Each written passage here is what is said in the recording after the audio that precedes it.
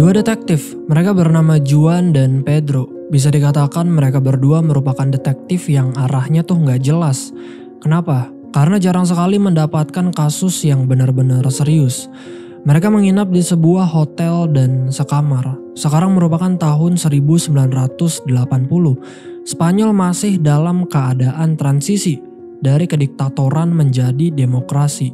Jadi bisa dikatakan pada saat itu Spanyol lagi nggak baik. Spanyol menghadapi inflasi tinggi dan tingkat pengangguran yang meningkat setelah dampak dari krisis minyak global. Ketika sedang makan malam, Juan dan Pedro kedatangan polisi. Polisi mengatakan ada dua gadis menghilang. Estrella yang umurnya 17 tahun dan Carmen yang umurnya tuh 15 tahun. Mereka berdua merupakan kakak beradik. Mereka terakhir kali terlihat di batas kota. Ayah mereka mengelola kapal feri di danau. Ada seorang tetangga melihat mereka berdua masuk ke mobil lalu setelah itu nggak ada kabar sama sekali selama 3 hari. Jenis mobilnya antara Citroen model Dayan 6 atau 2 CV, tetangga nggak tahu pasti. Sementara Pedro fokus, terlihat Juan tidak sama sekali. Dia malah fokus makan, seakan-akan kasus ini tuh nggak penting. Ada satu informasi, dua gadis yang hilang ini merupakan gadis tenar. Tenar karena apa? Tenar karena dalam tanda kutip, suka bersenang-senang. Ada satu hal yang harus kalian tahu, Pedro nggak suka minum minuman keras, sementara Juan suka banget. Jadi dari sini aja kita bisa melihat bahwa Juan dan Pedro merupakan dua orang yang karakternya tuh beda banget. Estrella tiene 17, Carmen creo que tiene 15. Esa noche se volvieron andando de la feria y una vecina del pueblo vio cómo se montaban en un coche. ¿Cuánto tiempo hace eso? 3 días. Muy bueno el adobo. ¿Qué pescado es? ¿Gusta pasárselo bien? A usted no.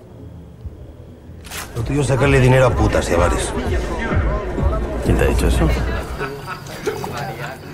Besoknya Juan berkata bahwa dia mendapat info dari orang kalau Estrella dan Carmen ingin pergi ke kota. Juan juga mendapat info bahwa ayah mereka nggak suka dengan mereka. Juan dan Pedro pun pergi bertemu dengan ayahnya Estrella dan Carmen.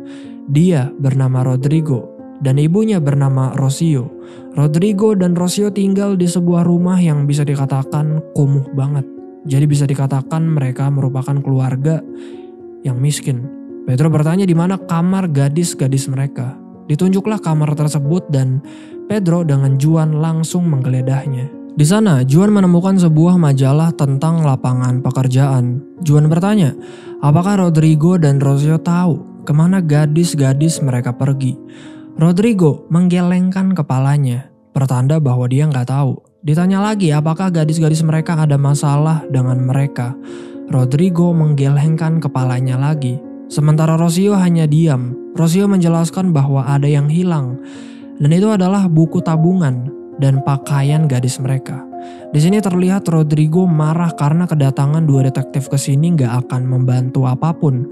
Maka dari itu, Rodrigo mengusir Juan dan Pedro untuk menyuruh mereka mencari putrinya yang hilang, bukan membuang waktu di sini. Sebelum pergi, Rocio memberikan Juan dan Pedro sesuatu. Sesuatu itu adalah sebuah amplop. Rocio menjelaskan bahwa dia menemukan amplop tersebut di bekas perapian. Satu hal, Rocio menyuruh mereka untuk jangan memberitahu suaminya, yaitu Rodrigo, tentang amplop ini. Singkatnya, amplop tersebut dibuka dan isinya adalah sebuah roll film. Roll film tersebut berisi foto-foto dua wanita telanjang. Pedro pergi bertemu dengan teman-teman sekolah Estrella dan Carmen. Mereka berkata bahwa Estrella dan Carmen gak punya pacar. Mereka juga berkata bahwa Estrella dan Carmen ingin pergi ke tempat yang jauh, lebih baik daripada kota ini. Tiba-tiba ada yang mengetuk jendela atas dan itu adalah Queenie, pacarnya si gadis ini. Dia bernama Marina. Queenie mengetuk jendela atas untuk memberikan kode kepada Marina untuk datang menghampirinya. No. Tú eres gilipollas y tú eres envidioso. Erkini, podemos irnos ya. Puedes marcharnos. Un día en 6 y los tiene metidos en el capo. Quizás se parezca más a este. Pedro dan Juan pergi menghampiri saksi, tetangga yang sempat melihat Estrella dan Carmen di malam mereka menghilang. Tetangga berkata bahwa Estrella dan Carmen terlihat masuk ke dalam mobil. Mereka nggak dipaksa. Sepertinya mereka saling kenal karena tertawa. Juan menggambar sketsa. Juan bertanya, dari 2 mobil ini, mana yang saksi tetangga ini lihat? Si tetangga berkata bahwa yang atas, berarti model mobilnya adalah Dayan 6. Juan menyimpulkan bahwa si pelaku dari kota dan mengenal mereka, Estrella dan Carmen. Ada satu hal di sini. Pedro berkata bahwa Rodrigo mempunyai mobil Dayan 6 warna kuning di rumahnya. Patut dicurigai. Tiba-tiba Pedro dan Juan didatangi seseorang. Dia berkata bahwa ada yang ingin berbicara dengan mereka. Wanita ini bernama Anita. Orang-orang menganggap dia sebagai wanita paranormal. Bisa melihat hal-hal goib. Anita menjelaskan bahwa sudah 2 hari dia bercakap dengan ibunya yang sudah meninggal. Ibunya berkata bahwa dia melihat gadis-gadis itu di sebuah rumah pertanian kosong. Setelah itu, Anita melihat tajam mata Juan, seakan-akan ada yang salah dengan Juan. Pedro dan Juan pergi ke rumah pertanian kosong, dan di sana mereka menemukan sesuatu, tas wanita yang isinya adalah stocking. Dan stocking tersebut merupakan stocking yang sama yang Estrella pakai sewaktu pergi. Besoknya, Pedro dan Juan membawa unit polisi untuk melakukan pencarian lebih mendalam di rumah pertanian kosong tersebut. Tetapi tiba-tiba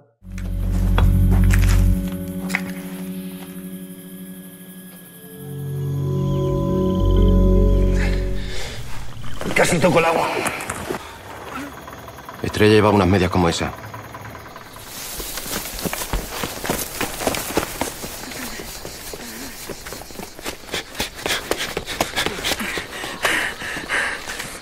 ¿De dónde eres? Al pueblo, ¿Cómo llegaste aquí? andando. Tampoco lejos del pueblo, ¿no? ¡Puta madre!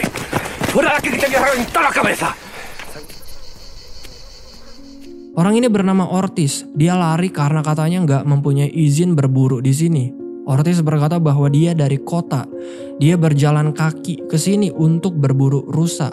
Ortiz pun dibiarkan pergi. Polisi datang dan mereka berkata bahwa mereka tidak mendapatkan apa-apa di sini. Mengejutkannya, ada 2 orang yang tanpa sengaja menemukan mayat ketika sedang ingin beternak bebek. Mayat tersebut adalah mayat Carmen dan Estrella. Baru pertama kali melihat mayat seperti itu mungkin ya. Pedro pergi ke mobil lalu muntah. Setelah muntah, dia kembali. Pedro marah karena ada satu polisi yang mengambil barang-barang yang ditemukan di TKP. Seharusnya barang-barang tersebut tidak diambil supaya bisa diinvestigasi dengan memulai dari mana asal tempatnya ditemukan. Mayat dicek oleh dokter. Di mayat Estrella terdapat beberapa luka tusukan. Luka bakar tingkat 1 di tangan kirinya. Sementara di mayat Carmen terdapat luka di leher, perut dan dadanya. 3 jari di tangan kirinya terpotong. Ada tanda-tanda luka di vagina, pertanda mereka berdua sempat diperkaos sebelum dibunuh. Bahkan ada tanda-tanda pemaksaan di bagian belakang. Ada jurnalis entah datang dari mana. Juan marah, dia langsung mengusir jurnalis tersebut. Kapten polisi memberikan pesan kepada Juan dan Pedro untuk mengatasi kasus ini secara diam-diam dan selesaikan secepatnya. Kapten berjanji, jika Pedro dan Juan berhasil memecahkan kasus ini, mereka akan mendapatkan imbalan yang layak. Juan berpendapat bahwa Estrella dan Carmen tidak dibunuh di sini karena tidak ditemukan darah sama sekali. Seseorang membawa jasad mereka ke sini dan membuangnya. Pedro dan Juan pergi bertemu dengan orang tua mereka dan mendengar kabar tersebut. Tentu Rodrigo dan Rocio sangat amat berduka. Sampai di hotel, Juan dan Pedro mendapat kiriman dan itu adalah hasil cuci foto roll film yang ditemukan. Ternyata 2 gadis yang ada di foto tersebut adalah Estrella dan Carmen. Di sana juga ada satu pria tetapi wajahnya nggak kelihatan, hanya tubuhnya saja.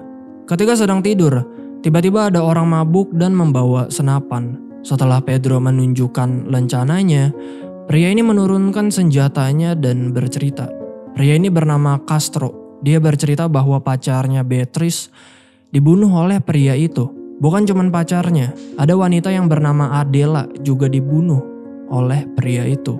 Memotong tubuh mereka dan membuangnya ke sungai. Pedro bertanya, siapa pria itu? Castro menangis dan dia menjawab bahwa dia nggak tahu. Terlihat, Juan mengalami kesulitan pipis. Bahkan terlihat pipisnya warna merah kayak darah. Jadi ya sekarang, Juan lagi nggak baik-baik saja. Besoknya, Juan menawarkan Pedro makan pagi, tetapi dia nggak mau. Katanya nggak lapar dan malah menyalakan rokoknya. Biasa cowok. Pedro memberikan informasi bahwa ditemukan air mani di stocking milik Estrella dengan golongan darah AB. Juan juga berkata bahwa dia sudah mencari semua daftar mobil Dayan 6 di daerah ini. Juan dan Pedro melihat bukti-bukti dari kematian pacarnya Castro bernama Beatrice. Buktinya berupa kalung dan foto-foto. Di situ dijelaskan bahwa kakinya Beatrice buntung karena baling-baling perahu. Nah, ada satu majalah, dan itu majalah tentang peluang kerja bagi wanita. Majalah yang sama yang ditemukan di kamar Estrella dan Carmen. Juan dan Pedro bertemu dengan Ortiz untuk bertanya tentang lokasi. Juan dan Pedro bertanya karena mereka nggak familiar dengan daerah di sini. Tentu Ortiz meminta imbalan, dan ya, Pedro dan Juan hanya memberi uang receh dan sebungkus rokok. Pedro dan Juan diantarkan ke rumah Beatrice. Rumah ini sudah kosong semenjak orang tua Beatrice tahu kalau anak mereka sudah mati tenggelam. Di sana ditemukan foto Beatrice, Estrella, dan Carmen. Dan juga ada Queenie. Jika kalian ingat, pernah ada yang mengetuk jendela untuk memanggil pacarnya di sekolah. Dan pria itu adalah Queenie. Di sana juga ditemukan kamera lama yang di dalamnya terdapat foto-foto kota indah. Pedro dan Juan pergi ke rumah bibinya Beatrice. Bibinya berkata bahwa Beatrice sangat sedih ketika pacarnya, yaitu Queenie, meninggalkannya. Bibinya juga berkata, terakhir kali Beatrice pergi karena katanya ingin mencari pekerjaan dan dia bilang gak akan pernah kembali lagi ke sini setelah itu. Juan dan Pedro diberikan buku-buku sekolah milik Beatrice. Sekarang, Juan dan Pedro mulai mengintai Queenie. Seperti biasa, Queenie pergi ke sekolah lalu mengetuk jendela untuk memanggil pacarnya. Juan dan Pedro mengikutinya. Queenie membawa pacarnya ke sebuah penginapan. Singkatnya, sudah cukup lama mereka mengintai. Tiba-tiba, ini yang terjadi.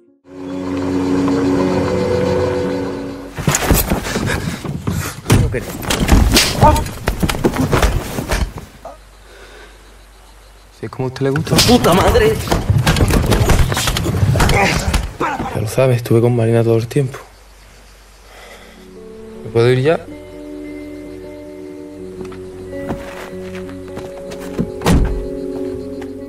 Queenie menjelaskan bahwa dia berpacaran dengan Carmen beberapa bulan.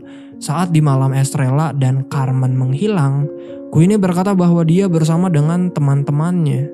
Juan terlihat marah-marah karena Queenie selalu menghina Estrella dan Carmen, mengatakan bahwa mereka adalah pelacur. Sekarang, Queenie menjelaskan bahwa wanita yang dia bawa bernama Marina, pacarnya. Pedro menunjukkan foto Beatrice. Queenie berkata bahwa dia nggak kenal Beatrice. Terus, bagaimana dengan foto ini? Queenie berkata bahwa itu dia hanya foto bersama, tetapi nggak kenal dengan Beatrice. Malamnya, Pedro dan Juan pergi ke bar. Mereka rehat dengan minum dan merokok di sana. Juan memanfaatkan waktu itu untuk berinteraksi dengan wanita dan Pedro memutuskan untuk pulang, tidur. Bukannya pulang, Pedro pergi ke rumah jurnalis waktu itu yang bernama Dista. Pedro datang ke sana untuk bertanya tentang role film yang diberikan oleh Rocio, ibunya Estrella dan Carmen. Tentu untuk mendapatkan bantuannya. Ada hal yang Dista inginkan, hal-hal yang tidak diketahui publik. Pedro pun memberikan informasi bahwa korban-korban disiksa dan diperkaos. Setelah diperiksa, Dista menjelaskan bahwa jenis role film ini langka, bukan merek umum, diimpor dari luar negeri. Di sini sudah nggak ada lagi yang menggunakan jenis role film seperti itu. Dista akan mencari tahu siapa yang masih menggunakan role film itu, tetapi dia meminta foto-foto jasad dari otopsi. Dengan foto-foto ini, Dista berkata bahwa dia akan bisa membuat berita yang hot, sehingga menghasilkan uang banyak. Pedro pergi Sebelum itu, Dista menjelaskan bahwa dia mengenal Juan, rekannya Pedro. Dista berkata bahwa Juan pernah bekerja di Vallecas. Vallecas adalah sebuah wilayah di Madrid, Spanyol, yang sebelumnya merupakan munisipalitas independen hingga tahun 1950 ketika wilayah ini dianeksasi ke dalam kota Madrid. Besoknya, Juan dan Pedro pergi ke makam Estrella dan Carmen. Semua teman-temannya dan kerabatnya datang, menangis dan berduka. Rocio datang menghampiri Juan dan Pedro. Rocio berkata bahwa dia menemukan buku tabungan putrinya. Ternyata suaminya menyembunyikannya di mobilnya. Tentu di sore hari, Juan dan Pedro pergi ke rumah Rodrigo dan Rocio. Mereka datang ke sana untuk menginterogasi Rodrigo. Karena nggak mau memberi pernyataan, Pedro keluar dan Juan menginterogasi Rodrigo dengan cara kekerasan. Hemos encontrado esta en la guantera de tu coche. ¿Qué está pasando, Rodrigo? Pediste dinero prestado por tus hijas.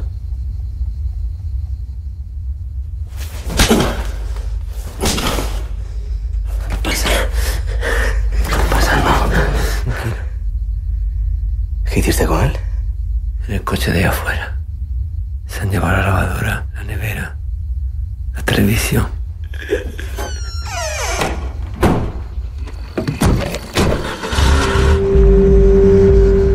Ternyata Rodrigo mengambil uang-uang tabungan putrinya untuk membayar hutang. 2 bulan lalu, Rodrigo menjelaskan bahwa dia menemukan heroin seberat 1 kilo di danau. Rodrigo menjual heroin tersebut. Hasil uang penjualannya, Rodrigo habiskan untuk membeli mobil Dayan 6. Menurut Rodrigo, karena ini, putri-putrinya dibunuh, menjual heroin seseorang yang dia temukan di danau tanpa sengaja. Bahkan pemilik heroin tersebut datang ke rumah menagih uang mereka kepada Rodrigo. Jika kalian lihat mesin cuci, kulkas, televisi, barang-barang yang ada harganya pokoknya diambil semua di rumah ini. Juan pergi mengintai Queenie dan Pedro pergi mencari tahu siapa pemilik heroin yang Rodrigo temukan di danau. Juan terus mengintai. Terlihat Queenie kembali mengajak Marina ke sebuah tempat penginapan, tetapi kali ini ada orang misterius mengenakan topi masuk.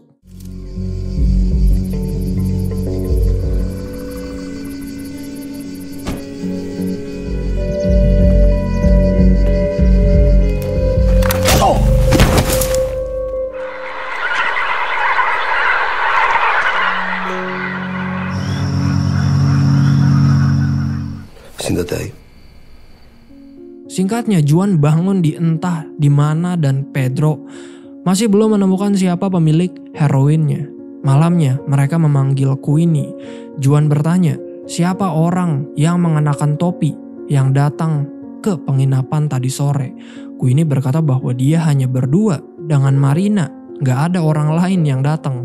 Karena berbohong dan kesel banget, Juan menyuruh polisi untuk menahan Queenie beberapa hari.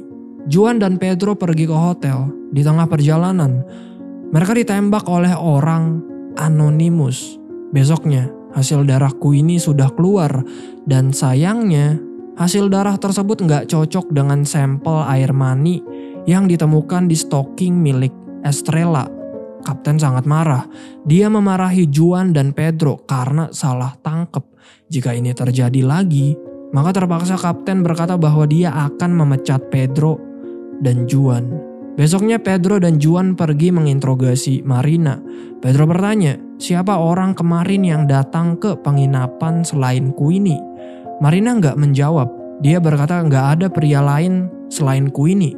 Terlihat dari reaksinya, Marina terlihat ketakutan. Bahkan di pergelangan tangannya, terlihat Marina memiliki memar. Marina ketakutan sehingga dia memanggil ibunya dan interogasi pun selesai. Untuk bisa mendengar percakapan Marina di telepon, Juan memasang penyadap tersembunyi di kabel telepon rumah Marina. Setelah itu, mereka pergi ke penginapan dan bertemu dengan pemiliknya bernama Rina. Mereka berpura-pura datang ke sana untuk menyewa satu ruangan, padahal sebenarnya mah untuk menginvestigasi. Pedro melihat satu ruangan yang dimana ruangan tersebut sama persis dengan apa yang ada di roll film yang diberikan oleh Rocio. Juan bertanya, siapa yang terakhir kali menyewa di sini? Rina berkata bahwa dia nggak ingat. Juan pun berkata bahwa Rina berbohong. Kemarin Juan berkata bahwa dia melihat ada 3 orang masuk ke penginapan ini. Karena sudah kesel banget, Juan menggunakan fisik. Juan bertanya sekali lagi, siapa yang terakhir kali datang ke sini? Rina berkata bahwa dia nggak tahu siapa namanya. Dia menyewakan kepadanya seharian tanpa mengetahui identitasnya. Juan bertanya, siapa pria yang memakai topi itu? Rina berkata bahwa dia nggak tahu apa-apa. Dia dibayar untuk nggak ikut campur. Tiba-tiba datang seorang pria bertanya apa yang terjadi. Rina berbohong dengan berkata bahwa semuanya baik-baik saja. Di tengah perjalanan, Juan dan Pedro diberhentikan oleh seseorang. Katanya, ada yang ingin berbicara dengan Juan dan Pedro. Ternyata orang itu adalah Gineo. Dia merupakan pemilik heroin yang ditemukan oleh Rodrigo. Gineo menjelaskan bahwa Rodrigo tidak menemukannya, tetapi mencurinya. Gineo menjelaskan ada partner dia bernama Fermin. Jadi, Fermin sedang berada di rumah pertanian di malam saat gadis-gadis itu tewas. Untuk mendapatkan informasi lain katanya nggak gratis. Gineo ingin Juan dan Pedro tarik kembali garda sipil dari danau. Tentunya agar transportasi jual beli narkoboy menjadi mudah. Juan dan Pedro pun setuju. Fermin menjelaskan bahwa dia melihat seorang pria membuang tas ke dalam sumur. Dia nggak melihat wajahnya seperti apa karena gelap. Tetapi secara keseluruhan, orangnya seperti orang biasa aja. Itu adalah hari yang sama dengan hari saat gadis-gadis tersebut menghilang. Saat itu jam 5 pagi, mobil yang dikendarai oleh orang ini katanya adalah mobil Dayan 6 berwarna putih. Di jendela mobil tersebut ada sebuah stiker berbentuk seorang wanita dengan rambut panjang dan mengenakan topi. Juan menggambarkan sketsanya dan menunjukkan ke Fermin. Dan ya, Fermin berkata bahwa stikernya berbentuk seperti itu. Juan dan Pedro kembali bertemu dengan bibinya Beatrice. Bibinya memberikan sebuah handuk. Handuk ini dari hotel tempat di mana Beatrice bekerja, yaitu Hotel Malaga. Beatrice juga pernah bercerita bahwa dia bekerja dengan seorang pria yang baik banget katanya, bernama Sebastian. Di malam hari, ketika sedang menyelidiki saluran telepon milik Mariana, Juan mendapatkan surat dari orang anonimus. Di surat tersebut besok jam 7:30, Juan disuruh pergi sendiri ke patung salib. Sementara itu Pedro bertemu dengan Dista. Dista mendapatkan tempat yang menjual jenis roll film yang ditunjukkan oleh Pedro. Jenis roll film tersebut dijual hanya oleh satu tempat. Pedro memberikan foto yang Dista minta dan Dista pun memberikan nama tempatnya. Tempatnya bernama Aguila Photography di Seville. Ada seseorang yang selalu membayar di muka setiap bulan untuk membeli roll film tersebut. Dan seseorang tersebut bernama Queenie. Dista kembali menjelaskan tentang partnernya Pedro, yaitu Juan. Dista tahu bahwa Juan dulu merupakan anggota brigade sosial politik, polisi rahasia pada zaman kepemimpinan Franco. Kalian harus tahu, pada tahun tersebut, Spanyol sedang berada dalam masa transisi dari kediktatoran Francisco Franco menuju demokrasi. Dista menjelaskan bahwa Juan membunuh seorang gadis saat sedang ada unjuk rasa pada tahun 1971. Ya, Juan berada di sisi kepemimpinan Franco. Jadi bisa dikatakan dulu Juan merupakan orang buruk, pernah menembak seorang gadis sampai meninggal. Pedro hanya bisa diam, dia tidak mencerna mentah-mentah informasi tersebut. Besoknya jam 7:30, Juan pergi ke patung salib. Datang Rocio bersama dengan Marina. Sementara Rocio menghampiri Juan, Marina diam di dalam mobil. Rocio menjelaskan bahwa dulu Marina bersama dengan Estrella dan Carmen merupakan sahabat dekat. Queenie membawa Marina ke penginapan beberapa hari lalu. Setelah mereka bersama, Queenie memintanya untuk melepaskan pakaiannya dan dia mengikatnya di tempat tidur. Setelah itu, Queenie meninggalkan ruangan dan datang kembali. Orang lain, Juan bertanya, siapa orang lain tersebut? Rocio menjelaskan bahwa Marina tidak melihat wajahnya. Yang dia tahu hanya tubuhnya yang wangi, seperti parfum mahal, dan tangannya sangat lembut. Pria itu mengambil gambar Marina. Queenie mengancam akan menyebarkan ke seluruh kota foto tersebut jika Marina berbuat macam-macam. Marina nggak berani bilang ke hakim. Jangankan ke hakim, ke Juan dan Pedro aja nggak berani. Juan dan Pedro pergi ke Hotel Malaga, tempat di mana Beatrice dulu bekerja. Di sana ada koper milik Sebastian yang tidak pernah diambil sampai sekarang. Jika kalian ingat, Sebastian merupakan teman kerjanya Beatrice yang katanya baik banget. Koper tersebut hanya berisi majalah-majalah. Pedro mengecek catatan kriminal Sebastian. Lokasinya sekarang nggak diketahui. 2 tahun lalu, surat penangkapan Sebastian sudah keluar. Tetapi anehnya sampai sekarang belum ditangkap. Tiba-tiba, Pedro melihat sesuatu. Sebuah foto kota. Dan foto-foto tersebut sama persis dengan apa yang ada di dalam kamera lama milik Beatrice. Juan mulai menguntit Queenie. Terlihat Queenie sedang berada di gerombolan orang yang sedang menuntut pekerjaan dengan upah tinggi di sebuah proyek. Dan proyek ini milik seseorang bernama Alfonso. Dan disinilah Juan melihat orang yang sama yang ada di penginapan waktu itu, yang memakai topi. Dan itu ternyata adalah Alfonso. Juan menghampirinya, menjabat tangannya, dan berkata bahwa dia adalah polisi sedang menangani kasus pembunuhan. Alfonso berkata, jika ada yang bisa dia bantu, telepon aja nanti. Alfonso pun pergi. Dari sini, Juan tahu bahwa pelakunya adalah Alfonso. Karena bau Alfonso seperti bau parfum mahal dan tangannya sangat halus. Di sisi lain, ketika sedang mengendara, Pedro melihat mobil Dayan 6 berwarna putih dengan stiker wanita bertopi di belakangnya. Pedro pun mengejarnya.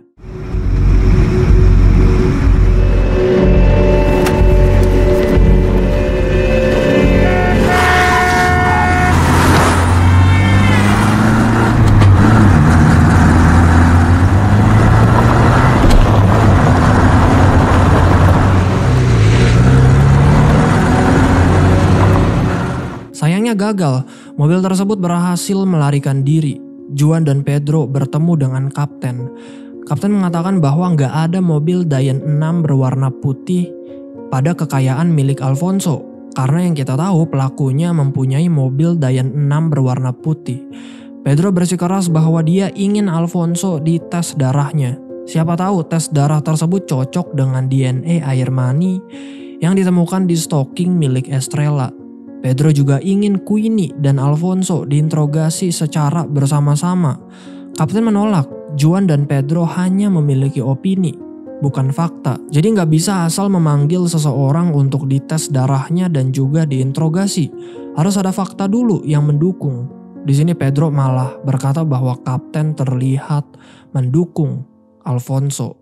Karena nggak bisa berbuat apa-apa, Juan dan Pedro pun pergi. Pedro marah karena terlihat tadi Juan diem aja, gak membantu membujuk kapten. Pedro mulai membawa-bawa soal di mana dulu Juan membunuh seorang gadis ketika menjadi brigade sosial politik. Juan marah dan berkata bahwa itu hanya kecelakaan. Juan berkata bukan dia yang membunuh gadis itu. Juan dan Pedro pergi ke rumah Marina untuk mengecek saluran teleponnya yang sudah disadap. Marina menelpon pria anonimus. Jika dicek dari nomor teleponnya, nomor tersebut merupakan nomor penginapan yang Queenie dan Marina sering kunjungi. Nah, di percakapan tersebut, si pria berkata bahwa kontrak pekerjaan Marina ada masalah. Mereka nggak akan memperkerjakan orang sampai tahun depan. Marina pun menangis dan memohon. Dia berkata bahwa dia akan melakukan apa aja asalkan mendapatkan pekerjaan tersebut. Dia berkata bahwa dia sudah nggak tahan tinggal di kota ini. Maka dari itu si pria menyuruh Marina untuk bertemu di tempat biasa. Dan tempat biasa tersebut sudah pasti adalah penginapan. No me importa. Ha habido un problema con tu contrato y no van a contratar a nadie. Tengo que irme de aquí. Vamos a ver, ¿no? Te espero dentro de media hora, donde siempre. Juan dan Pedro langsung OTW ke penginapan. Pedro bertanya, siapa lagi orang yang bekerja di sini selain Rina? Rina berkata bahwa ada penjaga dan dia bernama Antonio. Berarti orang yang menelpon Marina adalah Antonio. Juan menyuruh Rina untuk duduk. Juan berkata bahwa Estrella dan Carmen dibunuh. Sebelum dibunuh, mereka berdua disiksa menggunakan pisau berburu dan tang, memotong puting mereka dan memotong jari kaki mereka, memasukkan sesuatu ke lubang belakang mereka dan anuk mereka sampai berdarah. Mereka menanggung rasa sakitnya sambil tersadar. Rina pun menangis. Dia akhirnya mengaku sebenarnya nama penjaganya adalah Sebastian, bukan Antonio. Jika kalian ingat, Sebastian merupakan teman kerjanya Beatrice. Rina menjelaskan bahwa Sebastian datang ke sini untuk mencari kerja dan Rina pun mempekerjakannya. Rina juga menjelaskan bahwa ibunya Sebastian merupakan temannya dia. Nah, Alfonso juga pernah menyewa penginapan ini. Tetapi ketika Alfonso menginap, bukan Rina yang ada di sini, tetapi Sebastian. Rina pun memberitahu Sebastian selama ini bersembunyi di rumah kosong di penginapan ini. Juan dan Pedro pun langsung OTW untuk menangkap Sebastian. ¿Dónde está Sebastián?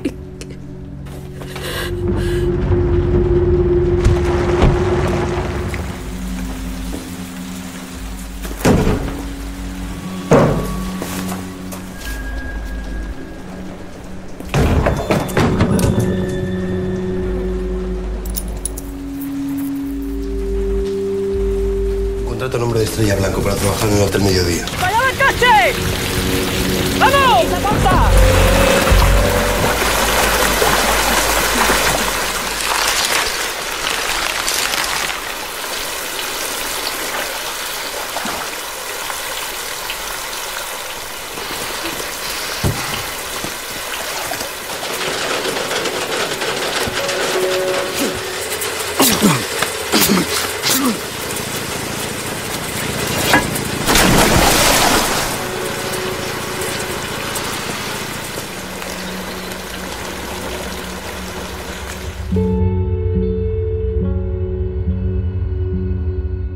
Pelaku yang membunuh Estrella, Carmen, dan Beatrice adalah Queenie dan Sebastian. Mereka menculik, memperkaos, dan membunuh gadis-gadis muda yang berusaha meninggalkan kota atau menolak tunduk pada sistem korup yang ada di sana. Mereka menggunakan koneksi politik dengan Alfonso untuk lebih menutupi kejahatan keji mereka. Jadi kesimpulannya, yang membunuh adalah Queenie dan Sebastian. Alfonso cuma ikut-ikutan memperkaos tetapi nggak ikut membunuh. Karena Alfonso merupakan orang kaya. Dia nggak pernah diadili sebagaimana mestinya atas kejahatannya, yaitu memperkaos anak-anak di bawah umur. Dan Sebastian di sepanjang film, dia hanya sekali diperlihatkan. Mi compañero Pedro, decirle hola Pedro. Hola Pedro. ¿Es él? ¿Eres un héroe? Chica, en la manifestación.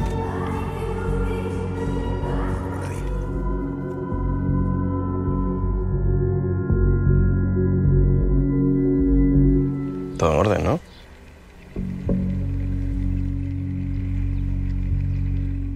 Terima kasih yang sudah menonton. Jika kalian suka dengan video ini, jangan lupa untuk share, like, dan subscribe. Sekali lagi terima kasih guys dan sampai jumpa di video selanjutnya. Bye-bye.